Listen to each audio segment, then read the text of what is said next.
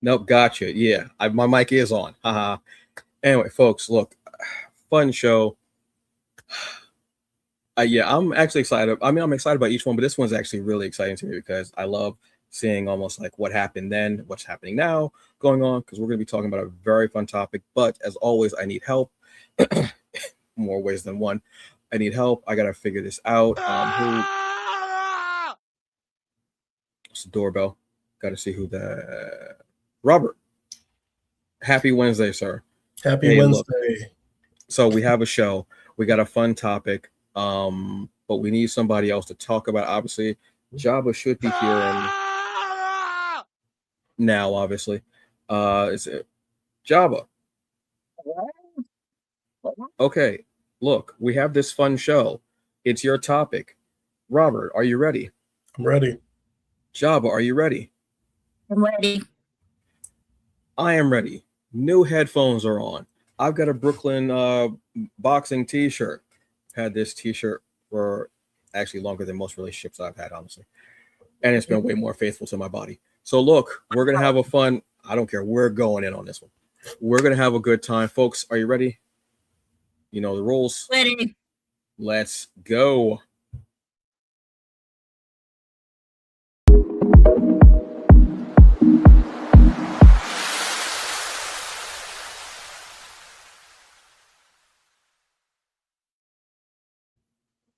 Hello, folks, and welcome to the Summer of Geek presented here on the Hungry Bleak channel. You know what it is. This is our summer series. We're just having fun talking about different things, having guests on, going through it.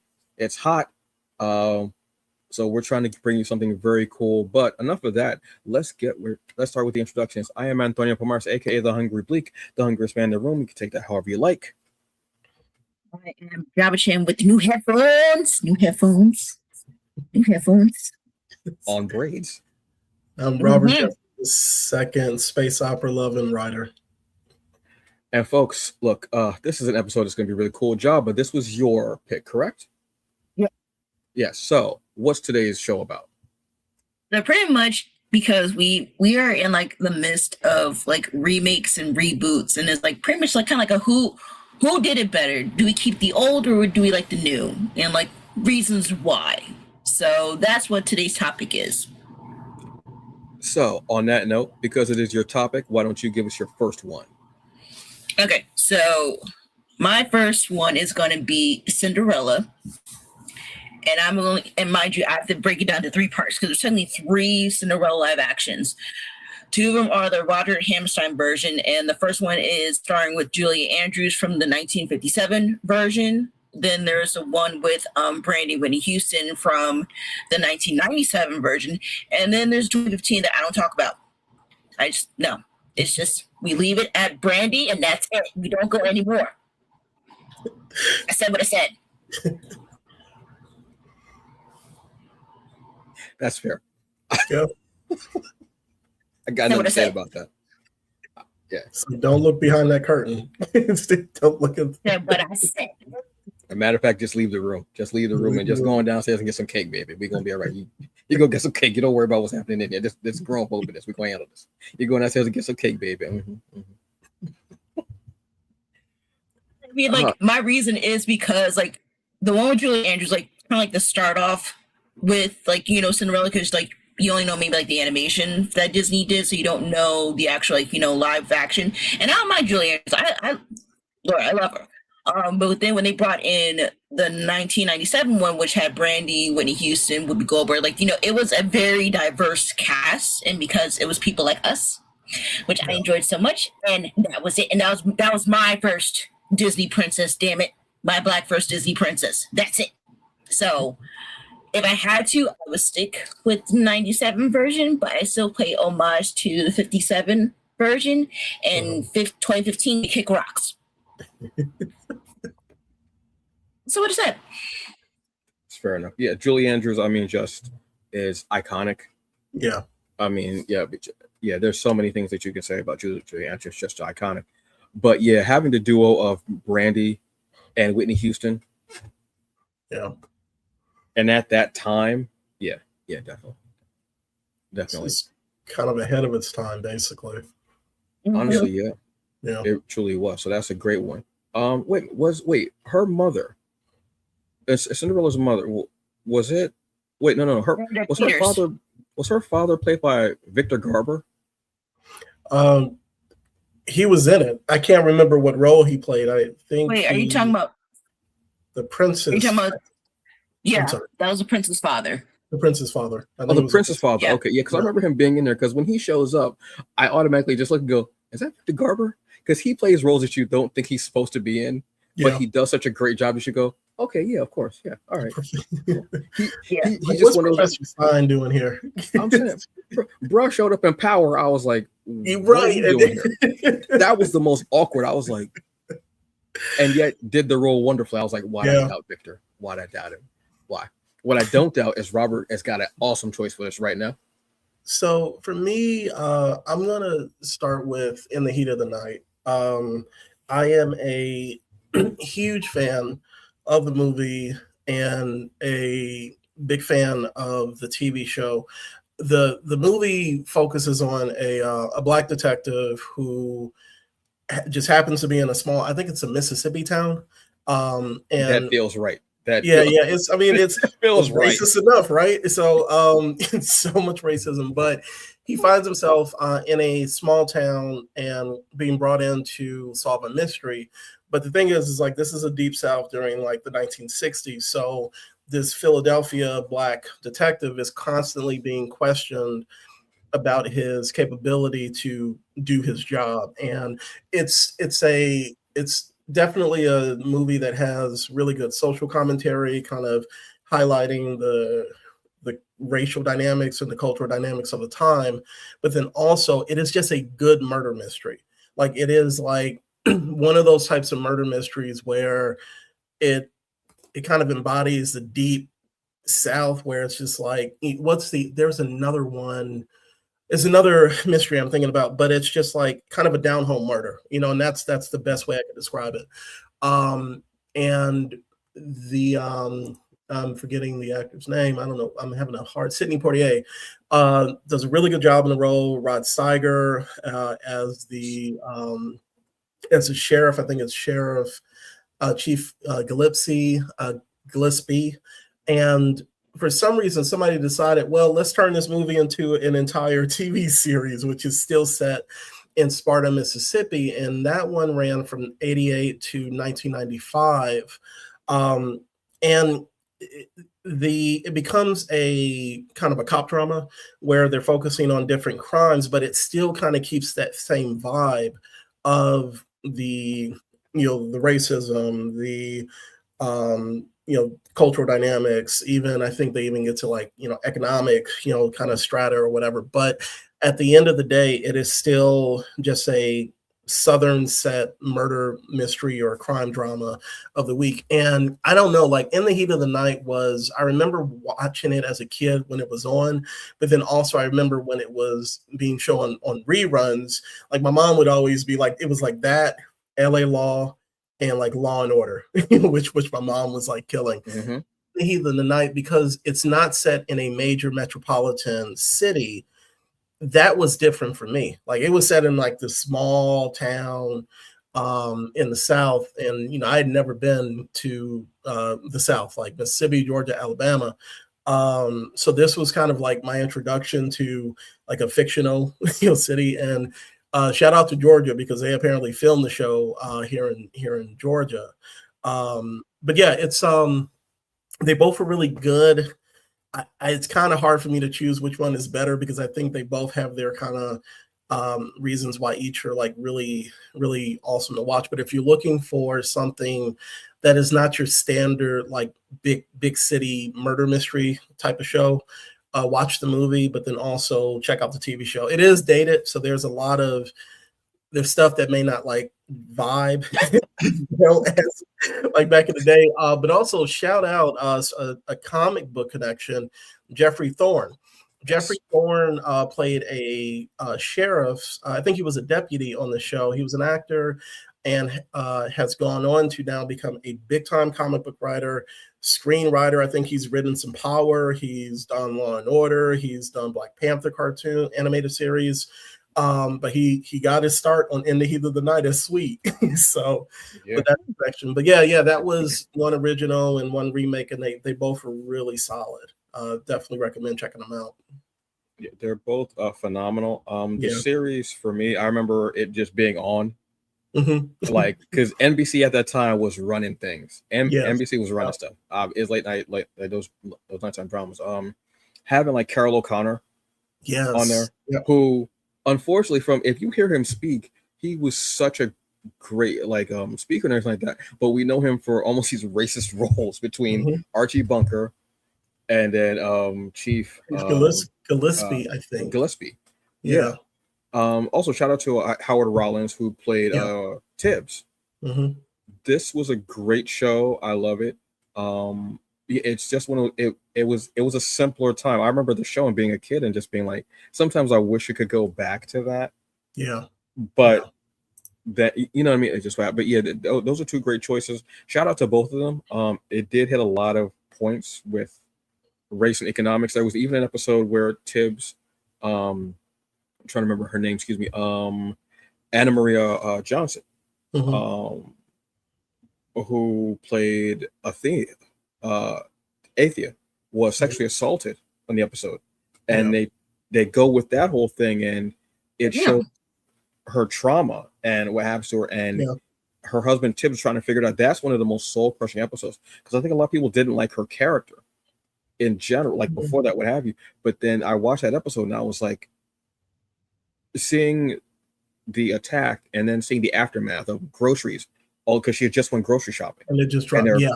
There are broken eggs on the ground, and it's so heartbreaking. And then seeing the way she portrayed the trauma of what was happening afterwards, and how she didn't want him to touch her, and he couldn't figure out why. And it's just little things like that. Like at that time, we didn't know as much about the trauma of being sexually assaulted. I mean, I shouldn't say that. Excuse me. That was a poor choice of words, and I apologize. We weren't shown the trauma of what happens during or after a sexual assault. And the way it was portrayed was so heartbreaking. I remember that episode was burned into my head. And I was watching, I was like, wow. And this was maybe a few years ago that I saw this episode. It was on, I think, like Me TV or something like that. And I was getting ready to go somewhere, and I just happened to be watching. I was like, yeah, I'll watch it. And I was watching it. Worst episode I could watch, obviously. But it was just so, and I was like, this show really covered everything. Unfortunately, some of you online, you will know one particular clip from the show where a gentleman has had sex with a young woman, and Gillespie says a line where the guy goes, well, she's 18, and he goes, well, yeah, but she's, and I'll leave it at that. Oh, wow. Okay. You know what I'm talking about, right? No, that one I don't know. There's one where the guy says, oh, well, she's 18, but Gillespie goes, oh, but she's R word, the word that we don't use. I think the character had Down syndrome. Yeah. But in that time, people were using the R word to describe anyone that. And I was watching, and I was like, oh, it's a meme, a GIF guide for whatever you want to. That's been online forever, and it's the randomness of it. You go, wow, we were really just saying anything at that time. Yeah. Well, so what I thought you were going to mention as far as like the more recognizable like meme or GIF is from the movie where when the white man smacks Yes. Mr. Yes. Tibbs, and then Mr. Tibbs reaches back like this, like the Ryu Cyclops, and just Yes. smacks the fuck out of that old guy. And the black servant looks at Mr. Tibbs like, "Yo." So I didn't know yeah, we could do I that. mean, because Word? that one makes the rounds, but that was once again that was representative of kind of the racial dynamics in this, in the South, at least Yeah. how they were depicting it. But Yeah. yeah, look for that clip where Mr. Yeah. Tibbs smacks the heck out of He's like, and my man says, he said, Gillespie, what are you going to do about it? He said, I'm not sure yet. right. I never seen nothing like this before. It's like that's like seeing a black person on a horse. For real. For It them. was. So on a lighter note, Sorry. Yeah. I'm going to go with Voltron. Mm. This is a series that was near and dear to my heart as a kid, but also with the DreamWorks series that was on Netflix. Now, there have been many iterations of Voltron, actually, but I'm going to talk about two in particular. We have the one, excuse me, which was from, I want to say, I'm trying to find the years, 20, and it went for 8 seasons, 2016 to 2018, which, like I said, was DreamWorks. But then the original Voltron was in 84, I want to say. But that was based on a series, an anime series from Japan called Beast King Go Lion. When I looked up the both of them, this series, the Go Lion series, was more representative of what Voltron Legendary Defender was. Okay. The American version of Voltron, the very first one, was so heavily cut and edited that it doesn't like really resemble anything from the original series. But then when I look it up, the Voltron Legendary Defender series was based more on Go Lion, where the lions were almost sentient. There was almost like a magic, but they were like a sentient being there. Like maybe not necessarily talking, but they had awareness, just like they did in Legendary Defender. Legendary Defender was so great. Like I said, it went 8 seasons. I watched it every year. Yeah. Like I would watch it over and over again. When a new season would come up, I would go, darn, I guess I got to rewatch all the previous seasons. Oh, my life. And it became my go-to comfort watch.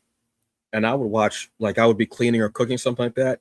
And I would have either that or Castlevania. But before Castlevania, there was Voltron. I'm going to go with the DreamWorks version because it had such depth to it and such character development, which they unfortunately had cut out from Go Lion. Probably similar to what they did with Gotcha Man, which here was known as Battle of the Planets, which is also a favorite of mine. Those were those two and Gigantor were my introduction to anime as a kid. But I didn't know what anime was. I just knew it was this different style of animation and art, and the way the characters move was so crazy. And I would like emulate some of the movement because it was so different from watching Flintstones or G.I. Joe or Jetsons. Hanna-Barbera had a lock on animation here. God damn. So it was just beautiful to see these story arcs, and they dealt with everything from race to gender identity to economics to everything, war, the post-traumatic stress of it all, even like sexuality, where a character was very heavily queer coded. I think in the last episode we finally got confirmation. This series just did so much, and I remember some people going, I don't know about it. I'm like, go watch this series. I promise you, go watch it. And they would wait like 4 seasons. I'm like, go watch. They'd watch it, and then they go, oh wow, I ended up binging it all. I was like, yeah, it's that good. This was one of the best things on Netflix. Unfortunately, it was not a Netflix original series like so many of us thought. So it left Netflix maybe 2 years ago. Yeah, I want to say about. It's not streaming anywhere that I know of. Tubi. I'm just throwing Tubi out there. It's not, because if I would have, my algorithm for Tubi is on lock. They've showed me nothing but stuff that I know I want to see. Especially a lot of anime, because there's a lot of anime stuff out there that it's just in the wind and it's on there. But I would go Voltron Legendary Defender. It's one, if you can find it, watch it. Watch as many episodes as you can, or however many are available at that time or wherever you're watching it through. I definitely strongly recommend it. It's a series that has great humor, phenomenal action, space opera like activities. And just the most beautiful animation and writing there, and the character development and depth is so on point. And there are some really great nods to Voltron series, like the character Sven, and how there are different flips on that. I definitely recommend this series. It's just beautiful. Yeah. Yeah, Voltron was a good one to watch. I mean, I knew of like Voltron, like the older one, but what kicked me off on it was because it was the same animators for Legend of Korra, so the style was matching that. So that's what I'm like, oh, and it was like right after Korra finished, where this one starts. I'm like, okay, I'm gonna watch it, and then like I got hooked on it, and I think I forgot his name. One of the Voltron characters is like my Netflix profile. That's how long I've had it for. Is it Pidge? No. What's the guy with the white streak of hair? I think he got kidnapped and then he came back and he's he's manipulated. Yeah, because he was a character that was substituted for Sven. He had a Tommy Oliver moment where like he was bad and he became good again or whatever. I forgot his name. Shiro? Know this. Yes, Shiro. Yeah, Shiro, who became who was the Black Lion. He was the leader. And how they even developed that into Keith becoming the leader and becoming and it shows he's still wearing red while in the Black Lion, which as a kid, we could never friggin' figure that out. Like, why are you wearing it? Never made sense. It never made, but in the series, it goes, oh, that's depth. Yeah. Yeah, that was one that crept up on me on Netflix. And when I watched it, I was like, this is everything I want in an animated series. Legend of Korra, back, the crew from there, a space opera in mechs, and it just really, and when that action hit, like it just flowed really well. And I hate that you can't even buy the collected edition or the collected series on Blu-ray, on digital, on DVD. It's just like, are they holding it for like a special moment? But yeah, that was at the beginning of Netflix's, I think, start, kind of push into animation, making very quality animation. And I know it was like in partnership with DreamWorks, but that was kind of a big one for them for a while. So yeah, that was a series that I think there are a couple of comics based on it. Yeah. Other than that, I don't know where you would even go to get something from Lion Forge. Yeah. Yes. Yeah. Lion. Yeah. Yeah. But that was one. Yeah. Definitely check it out if you can. What we're gonna check out now is Robert's next choice. So for me, I'm gonna go with I'm going with The Fugitive. The reason I laugh is because one of my favorite lines from movies is from The Fugitive, where he was like, "I didn't kill my wife. I don't care." And it was just like, the Fugitive TV series, it looks like it ran from 63 to 67. I know we have younger people watching this and saying, oh my God, during the, horse and buggy years. But no, yeah, back in the day when we had TVs. The 1900s. Yeah, the 1800s. Yeah, the 1900s. Yeah. There was a show about Dr. Richard Kimball. He was accused of killing his wife. And so for 4 seasons, he's on the run and also trying to find the person who murdered his wife. In 93, Harrison Ford was in a movie where he played the same role. And I think Tommy Lee Jones plays he's a U.S. Marshal, right? Who is trying to capture him. So they took 4 years of TV and put it into like a 2-hour movie. And a 2-hour movie is really, really good. I will say this is one of those ones another one where it was on syndication, the original Fugitive series. So I probably caught it like a couple of times, but the one that I can definitely say for this, the movie is the one that always stands out to me. I think it was like one of the first few times that I can remember going to the movie and seeing like a movie theater and seeing like a big blockbuster summertime movie, a big blockbuster movie. And the sequence that really stands out for me is that whole train moment where he has to jump off the train before it crashes. And so you have the big set pieces, but then you have this kind of cat and mouse game between Harrison Ford's character and Tommy Lee Jones, and they just worked really well off of each other. You know, Tommy Lee Jones is just very kind of laid back, and Gruff. Harrison Ford is, I think this is one of those movies where he is a little bit, I mean, he's never been like amped up in movies, like, well, unless it was like, get off my plane. But in this one, there's a sense of desperation that you don't see from him in a lot of the movies that he's in. And I think that if you were a fan of the TV show, this did a really good job, I think, of kind of capturing that whole man on the run vibe, and giving you just kind of like a really fun action movie. I don't know if the the sequel was needed, the U.S. Marshals. Yeah, I mean, it's fun because I do think that they do a good job of building up, introducing a really good team of U.S. Marshals that Tommy Lee Jones's character works with. But yeah, I mean, if you want to watch the previous one, go and check it out. But I think the movie is probably my favorite between as a remake as compared to the original series. Yes. We have stepping in here as Michael Williams, another correspondent for this show, who's been off. He's actually off on Mars, filming a new movie about, apparently Matt Damon has to get off Mars somehow. So he's got to science the shit out of that. Obviously, that's a deep cut. It's a deep cut. But actually, yeah, the lines from that movie are very quotable. Because it's Tommy Lee Jones.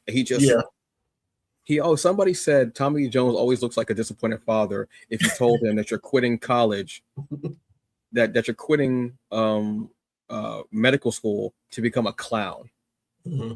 He has that disappointed father look, like, oh, all right, well, if that's what you want to do, slick. Oh, okay.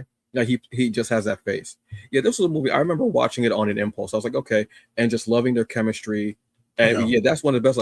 I quote that continuously when somebody says something, and I'm joking, but I don't care. Yeah. I've used the jipe numerous times online because I don't care. And I don't even think that was his line. I think he was supposed to say something else, like, we have evidence. I think he just said, yeah, I don't give a shit. I love it.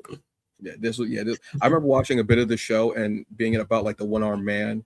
Yeah, and that was the thing. Yeah, the one-armed man. Yeah, the one-armed man, and that was the only. So I remember that, and it was good. Like, there was a lot of just great stuff about that movie. Again, their chemistry was great because they're two older guys and doing all these crazy stunts, and they're like, I'm tired. I want to sit down, but I got to. You're right. They both look like, I'm done. I'm totally done. So yeah. What's your next one, Java?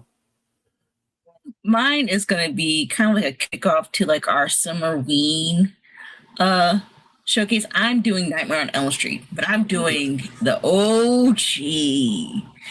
Like, it's just something about, like, for anybody who has not watched like a classic like 80s horror slasher, like Nightmare on Elm Street is like the way to go. Yes, some of the effects might be outdated, but it's still a good one. I mean, when obviously I should have been watching it as a kid, but hey, it's like you go over your older cousin's house, go to Blockbuster, down, get the movie, and that's so. It's just something about one, Robert Engel being like the man, the legend, the man with the claws. Like, you just, it's a swag about him. And then when they did the reboot, they ruined him. They ruined Freddy Krueger as a character. I'm sorry. It's like, in the original, he was a child murderer. Like, he admitted it. He's like, I know what I did. Like, I did it. There's nothing to blame. In the new one, they just accused him, and then he cried about it. He's like, I didn't do anything, but now I'm gonna get revenge on you people because you guys murdered me. I'm like, no, Freddy was bad enough. He's like, no, I did it. I'm coming after all you folk. And then if you want to kill him, I'm still gonna come after kids in your dreams. So, and also, the original one has the best. Still one of the best cinematic death scenes with Johnny Depp's character, with the pool of blood coming from his bedroom. Like, come on. Yeah. Like, there's nothing, you can't go wrong with that. And it was a young Johnny Depp before 21 Jump Street. That's what makes it even crazier, because he's known for like that, and they're like, oh wow, like that's crazy. Yeah. Well, how do you also rank the meta version of Nightmare on Elm Street, where Which one? it's like the cast. New Nightmare. Yeah, yes, thank New you. Nightmare. Yeah, Yeah. New Nightmare. Raven's Nightmare. Yes. Yeah, that's where they break the fourth wall. I love it. Yeah. Yes, that one. I Okay. love that. Yeah. Yeah. Okay. I mean, that love was it. Scream before Scream. I mean, well, that's still Wes. That's Yeah. Wes Craven, right? That's still Wes Craven. So, yeah, that's Yeah. true. Yeah, that doesn't get talked about enough. Mm-mm. And I love the idea of there, because you always hear about movies having like cursed sets, Yeah. things happen. And I love the idea of that being a curse. And Robert Englund, and you see Robert Englund as this nice guy who's just this actor, and he's like, you see him outside of it, and it's so cool to see the two different, like actual Robert Englund and then Robert Englund in the suit, and him being terrified. Yeah. Because you don't really see him terrified in movies, because he's just the one terrifying someone. So I like seeing that. Yeah, that's one that you don't get. That is one of my favorite horror movies. I should have watched that as a kid. We did not have Blockbuster at that time. It did not exist. I was going to Phaser Video. Shout out to Red Bank. You all know where that is. And yeah, that was a thing. And it has one of the most iconic movie posters ever, with Freddy's glove and the claws over Nancy's head. My mom has all 4 of the VHSs, so like I admire the box art. So she has like the original VHS tape. So I admire the box art from all 4 movies. Those like it's just like it's like that time of like movie posters and like box art for that. It's just so good. Like you can't get that anywhere really anymore. Just like the artistic style of it. Love it. I think the guy who used to do them passed a couple of years ago. Like he was iconic for doing. I think he did like the Indiana Jones movies. I know there was this like iconic guy who did these movie posters that, when you look at that poster, you just know, you get that same tingle in the back of your neck. You get that feeling you're about to go into a theater. I believe he passed a couple of years ago. I think I know you're talking about. Yeah, I can't remember his name, unfortunately. Michael probably knows his name off the top of his head. He's probably got him in his Rolodex. But that was just one of those movies that still sticks with me. Honestly, that one does, because in your sleep, and it opened up a whole different world of thinking about horror too. And it's Wes Craven. Wes Craven just does that thing that you, just do.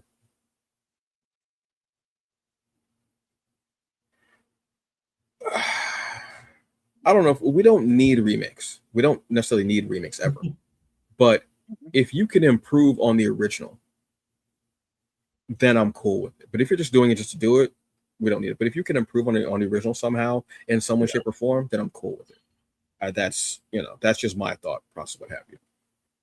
It depends.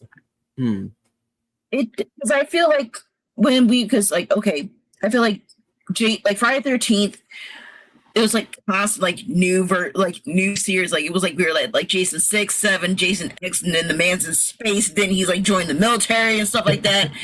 And then like we got like a actual reboot of the entire thing, where like, was it really needed? Because I think it was drawn out way too much for me. With Nightmare on Elm Street, we kind of stopped at like those 5 movies before the reboot, and I'm like, I was good with that. No, I wasn't good with Freddy versus Jason. That was like, for me, even though it was really bad, but I still enjoyed it. It's like a guilty pleasure to watch. But I'm like, I would say that's a different argument between sequels versus reboot or remake.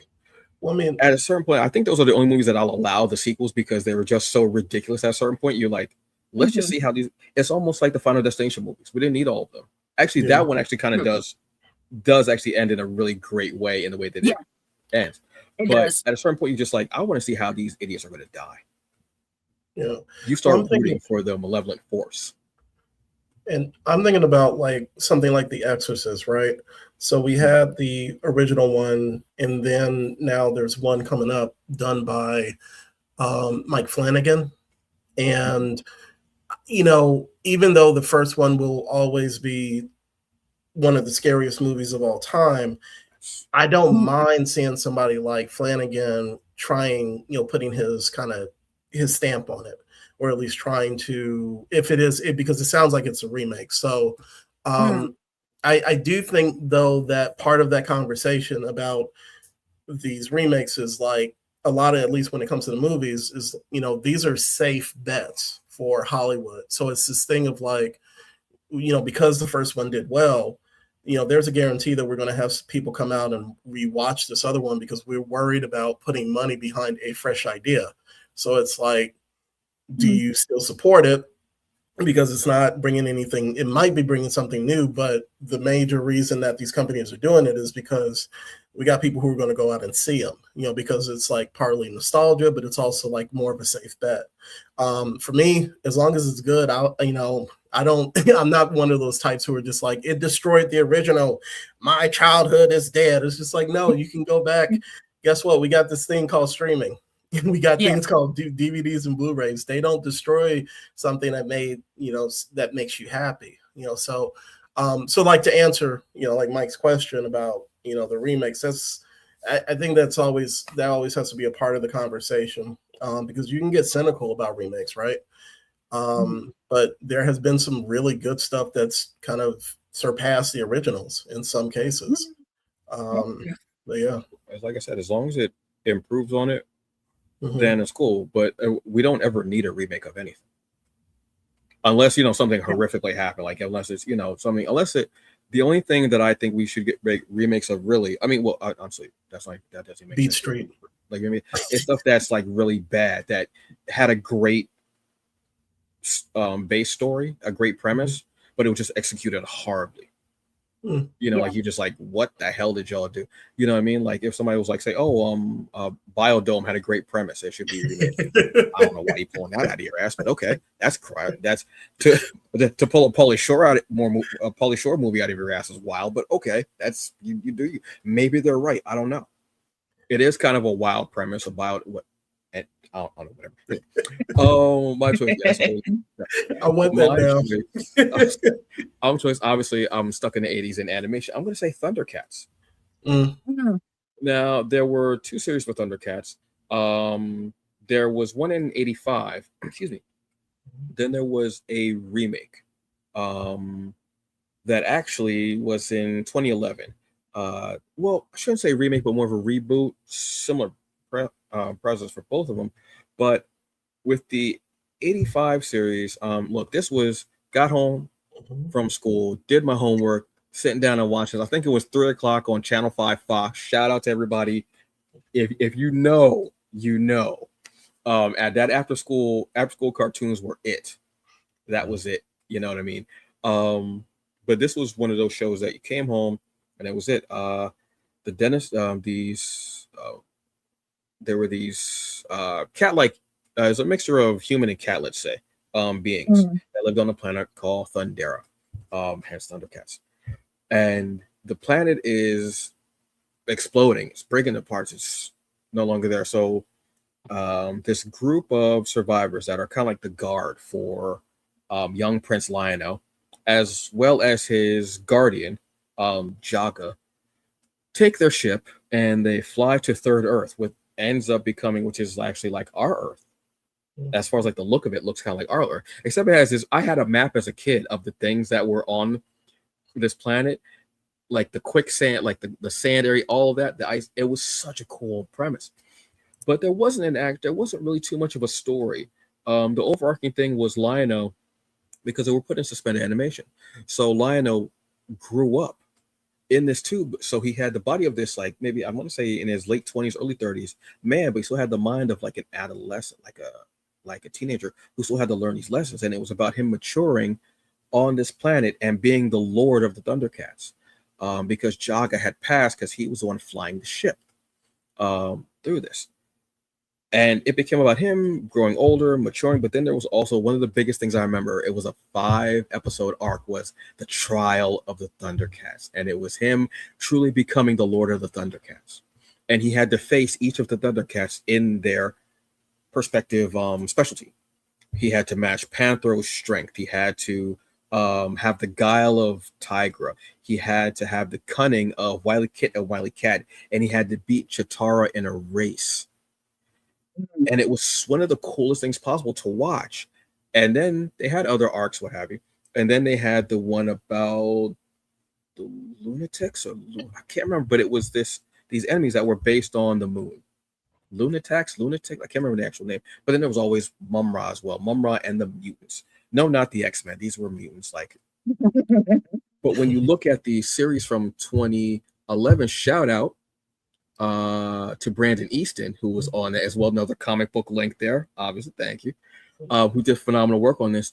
It's a much deeper show where they show that there was a caste system where the lion pride, like the more cats, were the ones at the top, and the others, like the lizard people, the hyena people, the gorilla people, what have you, were like treated like slaves and subservient. And there was an uprising, so they had to leave. They was like, we out, okay, we got to go.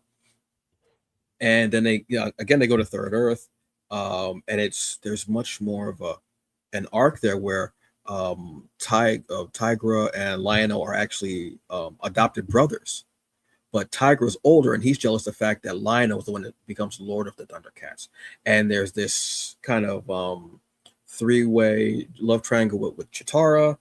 It just is a deeper series, and there's so much more. When I saw the cast system, I was like, oh wow. They also had a possible illusion of maybe working in Silverhawks. And also, this is the deepest cut I'll probably ever say on the show, Tiger Sharks. And nobody knows that. Damn. Dead air. Holy crap. Look up Tiger Sharks. I lived in Florida when this show was on. It was SWAT Cats, Tiger Sharks. It was another show on this anthology show called like Comic Strip or something like that. Mm-hmm. It was one of the best shows I'd ever watched. That and SWAT Cats were amazing. But yeah, I'm gonna go. You see it? Yeah. Exactly. So I go with the 2011 version. Yeah, it just has a depth of story that wasn't there, and we only got one season, I want to say. I think we only got one season of it. Yeah, one season. It was 26 episodes, which you all know I don't really like long seasons, obviously. But this show was just so good and so smart and well written and acted and phenomenal fight scenes, and it just had a really great story that I think should have been explored way more. This was one that was cut way too short. Yeah,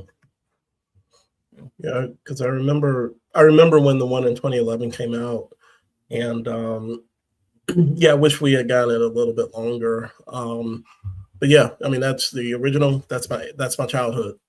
That and a bunch of other shows. But yeah, that was definitely like I can see the intro in my head, just like the anime. And for somebody who wasn't used to animation that was that fast paced, because I'm assuming like was that animated overseas, or was it a Western? Because to me it felt like it had an anime type of vibe. So the way he was jumping around with that sword, and he finally goes, I can picture it in my head. Yeah, I want to say, how sometimes they would put a lot of money into one part, and then the other parts they would be like, all right, so what we got left? Yeah, exactly. That's how anime was around then, but it does look like it was done overseas because it was Japan. The original animated one, yeah. Yeah, because that and Voltron were my introductions into Japanese animation. So I don't know if it was directly you would call those anime, but looking at the Thundercats, versus like how some of our cartoon characters would like, for some of the stuff that I grew up with, that was like my first, like one of the first like action shows that looked like it was just killing it. So yeah, but that, like I said, that's my childhood. Good job. But what's your next choice? So my next one is going to be a good old classic of Willy Wonka and the Chocolate Factory. We're talking about the 1971 version with the Gene Wilder. Oh, love it so much. Unfortunately, as much as I love Johnny Depp, this was not his best film. It made him look like a certain file. If we'll go there, and I'm like, yeah, nope, we're not doing it. We're not doing it. Yep, we're going that way. Even though apparently I think with the newer one, it was more based on the books. But one thing is, though, it was done by Tim Burton. And we all know Tim Burton has a type when it comes to his filmography. It's dark, dreary, and not that much color. Literally. Yes, you're right on that one. So I'd rather go with the 1971 version because But it's such a nostalgic feel, and I'm glad that it's now getting more attention on Disney Plus because it's now Disney Plus for you to watch. Yeah. I think the only thing that tripped me out was when they were in like that tunnel scene and like Wonka was like having like a acid trip, and I'm like, what the hell is going on here? Did you ever see the Saturday Night Live sketch for that? No, I didn't. Yeah, You it go was. look it up. You look it up. It is very dark and weird and effed up. But yeah. I have to look it up now. But it's like you can't go wrong. Like there's so many lines that if you watch Willy Wonka and Chocolate Factory, like you could cite where it's like, you lose. So I said you did. And they just walk right out. Because if you know, you know. You know you're not effed up when you get that line. Mm-hmm. Gene Wilder, Yeah. one of the greatest to ever do it in any field. I mean, let alone him and what him and Pryor were doing. Mm-hmm. Then putting him into this survival horror movie. That's exactly yes. Let's not act like Yeah. it's not. Like we should be like that game. Into what's that survival horror game that everybody plays? Into the Light or Until Dawn. Dead by Daylight. No. Yeah, no, but Yeah. yeah, Dead by they need Daylight. to have a Wonka That like would version. actually be amazing. Bet. Yeah, 'cause the traps on there. Yeah. Yeah. I mean, he's murdering children throughout. Well, okay, if not outright, he is harming those children to teach them a lesson, and I love that about it. They're badass kids anyway, so like they deserved it. But it's to have Wilder, who was such a comedic actor, like known for more comedy. Him and Mel Brooks doing some of the most iconic stuff possible, obviously. And to have him in that movie, and Gene Wilder was such a triple threat with being able to sing and just perform in so many. I'm a Gene Wilder fan, and him, and Gilda Radner, you know, her passing so young and everything and dying. It's just such a great thing. But seeing him in that role, when I know him from prior, I know the two of them, you know, just being the total goofballs and being polar opposites and being so funny. And then seeing him basically just do the worst things to these kids. And not once do you think that he's a kind of file at all. You just think this dude is going to get rid of these kids because they bad shit. And the parents are horrible too. Yeah. So that's a no-brainer pick. I'm gonna be honest with you. That's an absolute gem of one. Now I need to go watch that. You know what? I will say this now. If you think about it now, Wonka's expression for a lot of things is the millennials right now, where it's like, oh no, everything's on fire. Oh, help. It's like, we told you so. Like, what do you want us to do? Like, we said this. Like, oh, okay. Help. Call the Oompa Loompas. When in doubt, quote Gene Wilder from any movie he's ever done. Because the line will completely make sense. Any movie you go to, something was happening the other day, and somebody said something they were smart, but they were wrong, and they were like, "Oh, well, you know what? I don't need help, whatever." And I quoted a line from "See No Evil, Hear No Evil," and I go, "Well, okay, miss, you're a hot shit," and I just walked off because this such iconic lines, just amazing. I know Robert's going to give us an iconic line with his next choice. Yes. I just want to do one more shout out. Yes. What do you get when you guzzle down sweets? Type 2 diabetes. I'm sorry. You're not wrong. Every time. Every time. I'm sorry. Okay. You're honestly not wrong. You can go, Robert. Yes, Rob. Go ahead. So, for me, I'm going back to something I've discussed on this show before. Mission Impossible. You know, as obsessed as I am with the film series, Mission Impossible was another one of those shows that I watched like sporadically. So it wasn't like I was sitting down watching Mission Impossible all the time. And then when the movie came out, I was like Mission Impossible as a kid because my voice was that high, apparently. But from what I remember of the show, you have the crew, they go out, do their spy stuff. And then that was that. But when the movie came out, I don't know. I was just like a kid who just loved like the blockbusters. And I think this one came out in '96. Actually, wow, that was when I moved to Georgia, which is weird. Brings back a lot of memories. Anyways, so this took the formula of the, and it's funny. I think the first movie takes the formula of the TV show, and with the group going on a mission, and they're them working together, and then the movie kills them all off. That was the, and I think that kind of took people like aback, because when you watch the TV series, it is all about, you know, teamwork and everybody working together, and you know, with making that joke about, you know, everybody dying, his first team, you do still get that teamwork aspect in like the later movies, like, but especially in this one with Ving Rhames. I can never remember the French guy's name. He was, I know he Simon was in the Pegg. professional. Leon? No, not Leon. Oh, Jean. And let me see. And I actually have it here. It's Krieger. Yeah, his name is John Renault, but Krieger, Luther, and then Claire. So he does have a team, Ethan Hunt's character.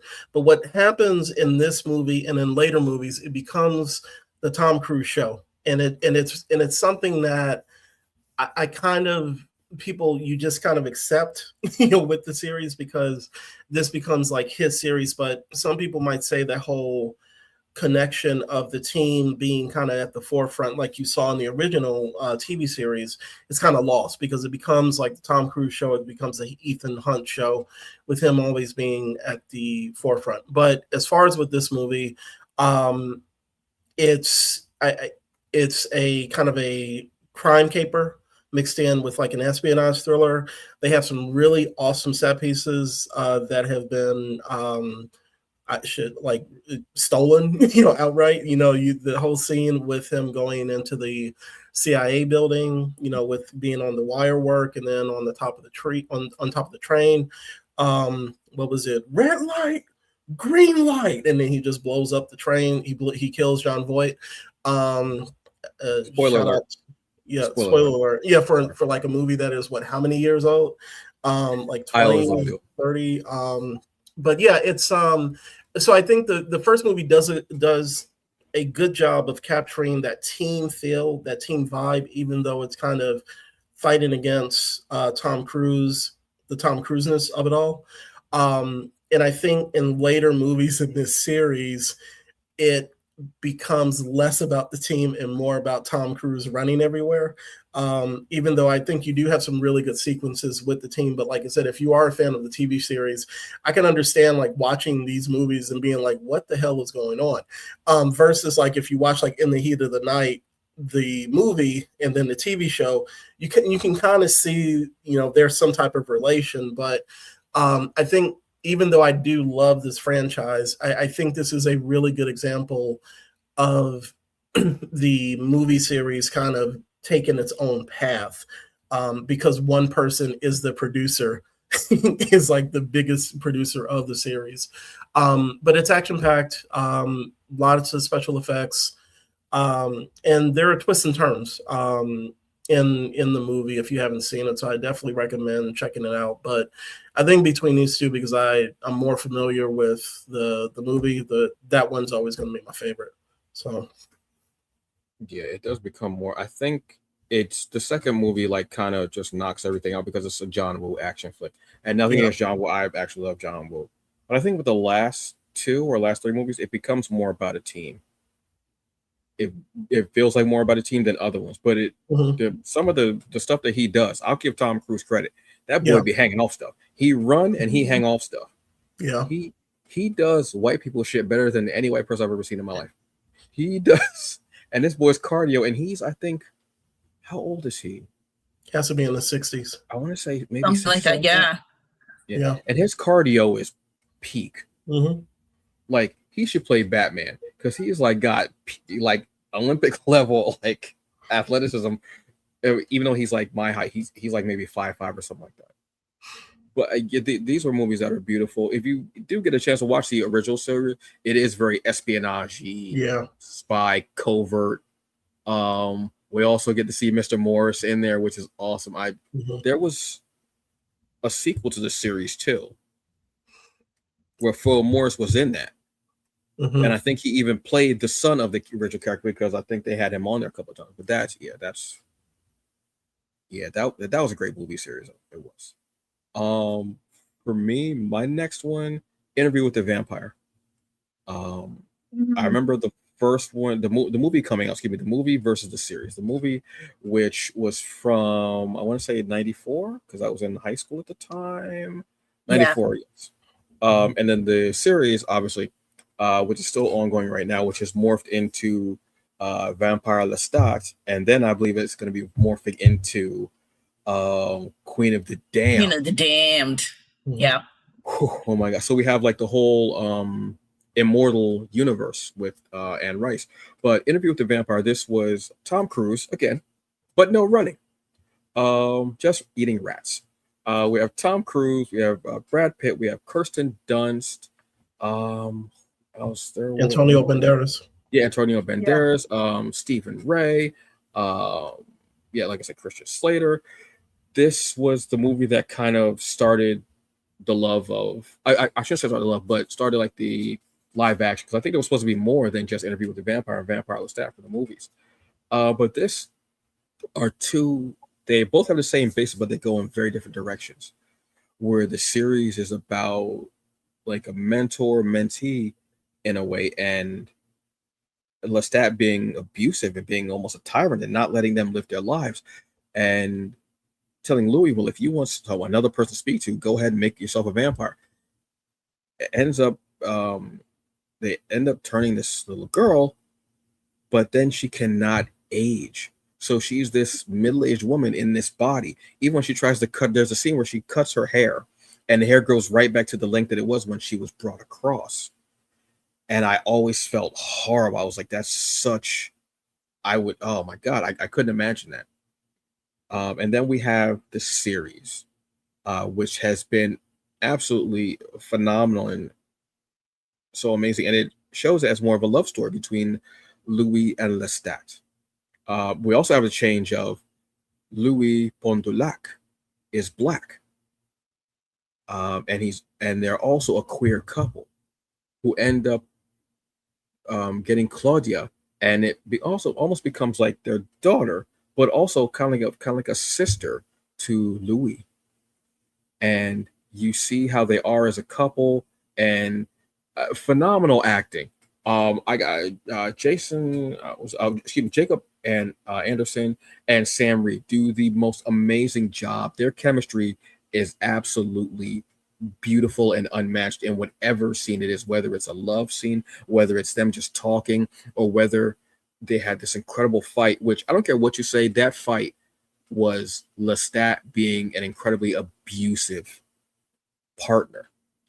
But we also get this thing about unreliable narrator, which is one of the things I love about movies. And you're starting to see they both have two different sets of memories from what happened.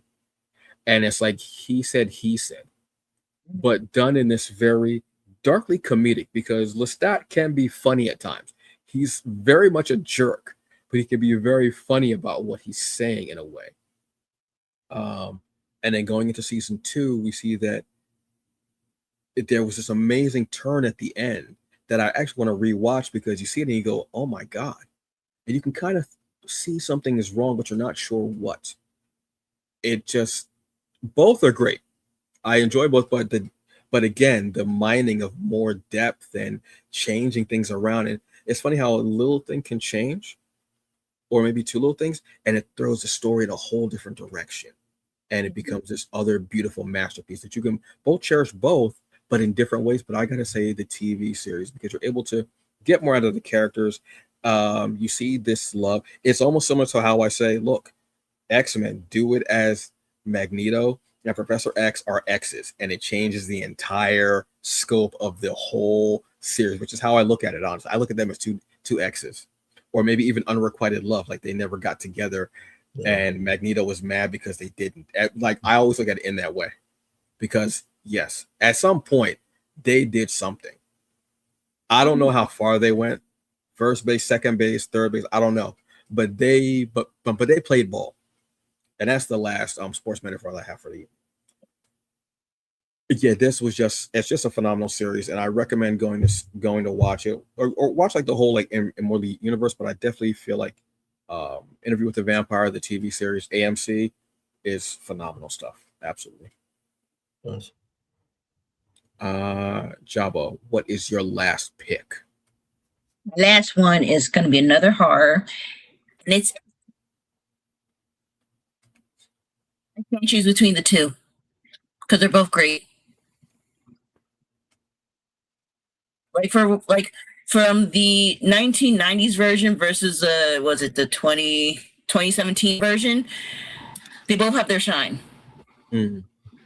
Because like one, it's Tim Curry. Like, come on, like that man has range, and the fact that it was like done on ABC as like a mini series is like okay, so they can only do so much. And then once we got like the actual movie and like they really went in depth with like Bill's what's his name? Bill Skarsgård.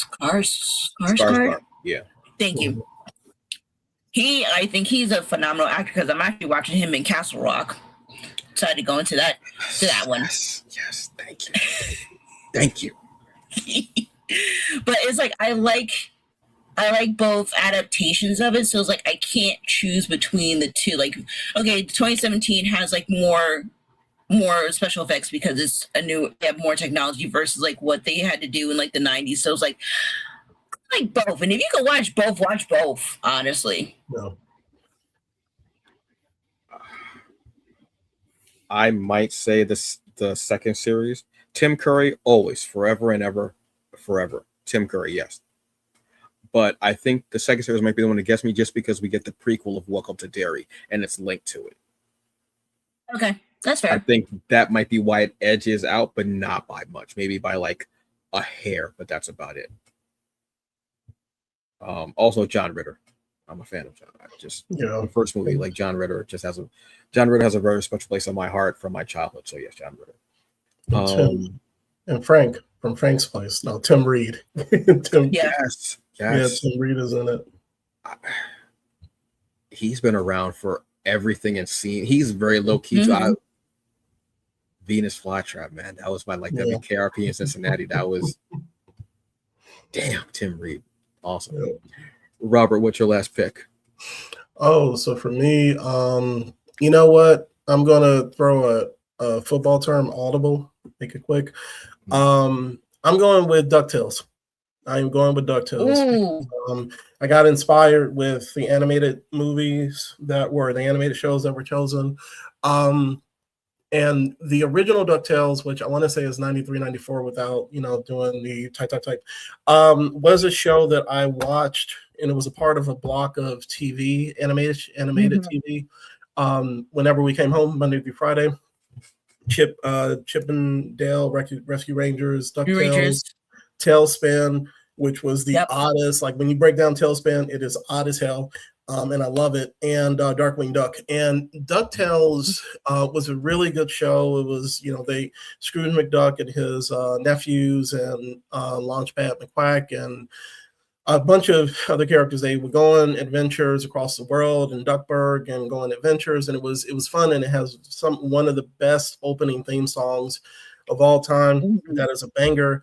But when this new one came out in the 20-aughts, or the 2010s, or I can't remember the dates. So I didn't watch it when it was on Disney, right? So this is one of those things that when we got Disney Plus, and Disney Plus was like, look, we got all this stuff, you better watch it. I was like, okay, I better watch it. And I watched it like a crackhead because this is an example of a remake that, once again, possibly didn't need to be done. But when they did it, they were like, let's make it our own. And the humor reminds me of like kind of this deadpan Parks and Recreation, Office style of humor. The voice acting actually has a few actors from those shows and from even Saturday Night Live. And they do really, really good work. And the scope of the world is expanded even further than what we had in the original series, and even brings in elements from like Darkwing Duck, right? And so they're like, we got 3 or 4 seasons to do what we can. We're going to make this big, and it was a fun show. It was a fun show. Anytime you can have Doctor Who in the show, doing the voice of Scrooge McDuck, Yes. it is excellent, and it is something that I think that both adults who grew up with the series back in the early to mid 90s can enjoy with their kids, right? This is like one of those kind of bridge series. And the same way that I think like Voltron Legendary Defender is, right?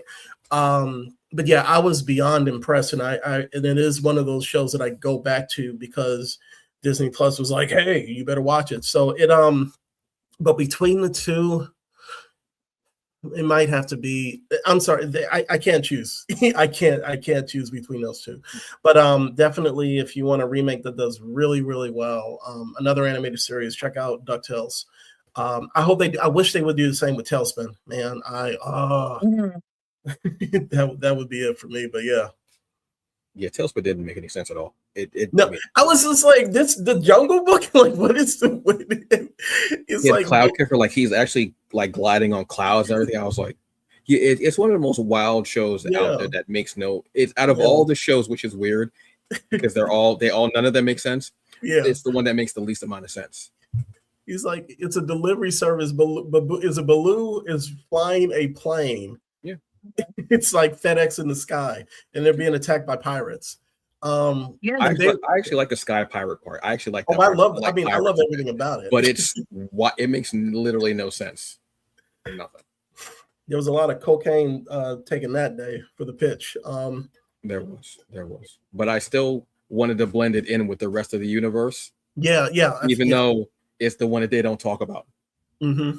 which I love. Yeah, that was. I actually have to watch that. I only watched a bit of it, and I heard David Tennant. And I said, "Oh yes, please give me all that Scottish." Yes, absolutely. Yep. I'm a big Scottish accent fan, big Scottish like actor fan. So yeah, that one hits. For me, it's Fantastic Four. Now we don't normally hear the word remake with comic book movies. We always hear about it being an adaptation of the comic or comic book movie. We never hear about like remakes. There have been a few. Fantastic I was about to say, which one are you talking about? Exactly. I'm going to be nice, and I'm going to go with the 2005 one, and then Fantastic Four First Steps. Okay. Yeah, I'm going to be nice because I don't. You know what? Michael B. Jordan has redeemed himself in a huge way. So 2005 movie was like our big introduction. Our biggest introduction to the Fantastic Four in a live action. We had a movie previously to that in the 80s, but I don't really remember it too much because we had that in Justice League back then that was live action, and it was some weird wild mess. Go look it up. The costumes at the time, you got to forgive it, but what have you. So yeah, this one was great. This is our introduction, obviously. We get Mr. Fantastic, the Invisible Woman, Human Torch, and the Thing. And we also get Doom, who is played by Julian McMahon, who has recently passed. That's one of the reasons why I picked this is because of Doom, and he did such a great job with Doom and being arrogant, and he always played a jerk so well.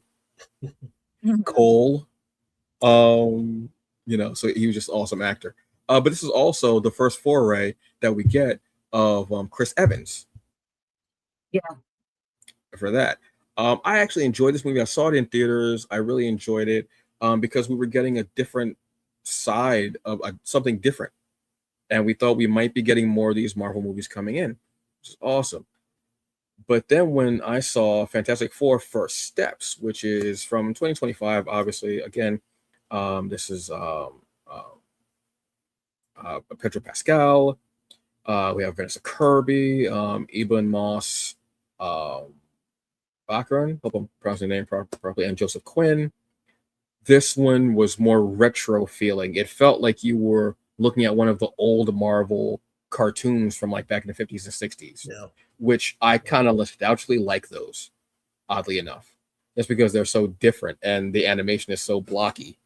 And you can tell where they were saving money with doing certain things, which is what I love seeing.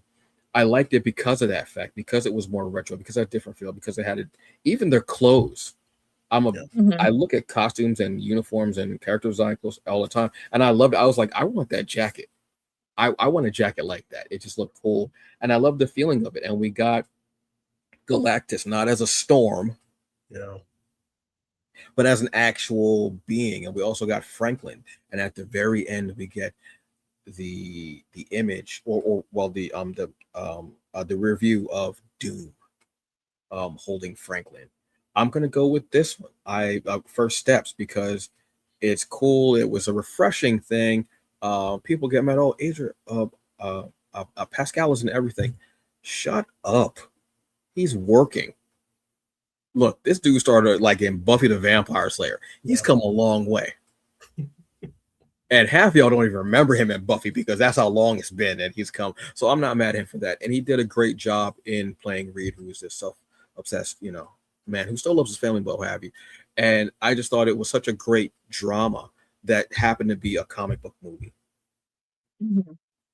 With a bit of a sci-fi. It almost reminded me of like The Right Stuff, but with superpowers in a comic book. Yep. I kind of like that. So that's the one for me. Look, we could do another episode like this, truthfully. Yeah. All right. Because because I didn't even get to ask you guys what was your worst remake, but we could do that another time as well. Oh. Exactly. But you'd only get to pick one because I don't want it to be too negative. But look, there's a bunch of remakes out there. We're going to be getting some more this year, I believe. I think Highlander's coming out this year, I think. Either this year or next year. Sometime. I think, yeah. But look, those are the ones that we enjoyed. I hope you're able to find them. A lot of them you will. You won't find them on streaming. Check them out. Watch the original. Watch the old. Watch the ones in between. See which one you like the most. But whatever you do, enjoy the ones that you do watch. If you don't like it, stop watching it. Don't hate watching anything. Doesn't make any sense. Don't waste your time. Watch stuff that you like. That should be very important. So we're gonna get out of here. Excuse me. But yeah, let us know what's your favorite remake. What do you like? What's one that you think really deserves to be remade that didn't get a really good first outing? Let us know. So on behalf of the Summer of Geek series, I am Antonio Pomares, aka the Hungry Bleak, the hungriest man in the room. Here you go, Job Shannon with the new headphones and the braids. Yes. And I'm Robert Jeffrey II. All right. And there you go, you folks. Yes, he's one of the best. This is a shoot. This is not me, whatever, blowing smoke because I don't have the time, patience, energy, or the hairline. I truthfully, I don't have the time, the energy, the hairline, or the sperm count to blow smoke. I truly don't. I don't care enough to do that. He's one of the best writers out there. Before I knew him as a person, I knew him as a writer, and I loved the work that he did in Route 3. And then I found out that he was in the group that I created on Facebook. And then back and forth talking, meeting, and he's one of the best people I could ever possibly know without the writing part, just him being a human being. He's one of the best people I know. And as a writer, he is one of the best out there, bottom line, bar none. I'm not even going to debate that. That's it. I'm not. Thank you all. That's it. All right. So y'all have a very good evening. Enjoy the rest of it. Please be safe. And as always, drink water, take your vitamins, and take your meds, whether it's for physical, mental, or emotional ailment, because we want you to be the best you that you can be. And yes, I am angry, but I still will say a positive thing. Do a wonderful thing today. And happy new comic book day, folks. Enjoy what you read. And we will see you later. Peace. 2 buttons always. Always 2 buttons. I hate that.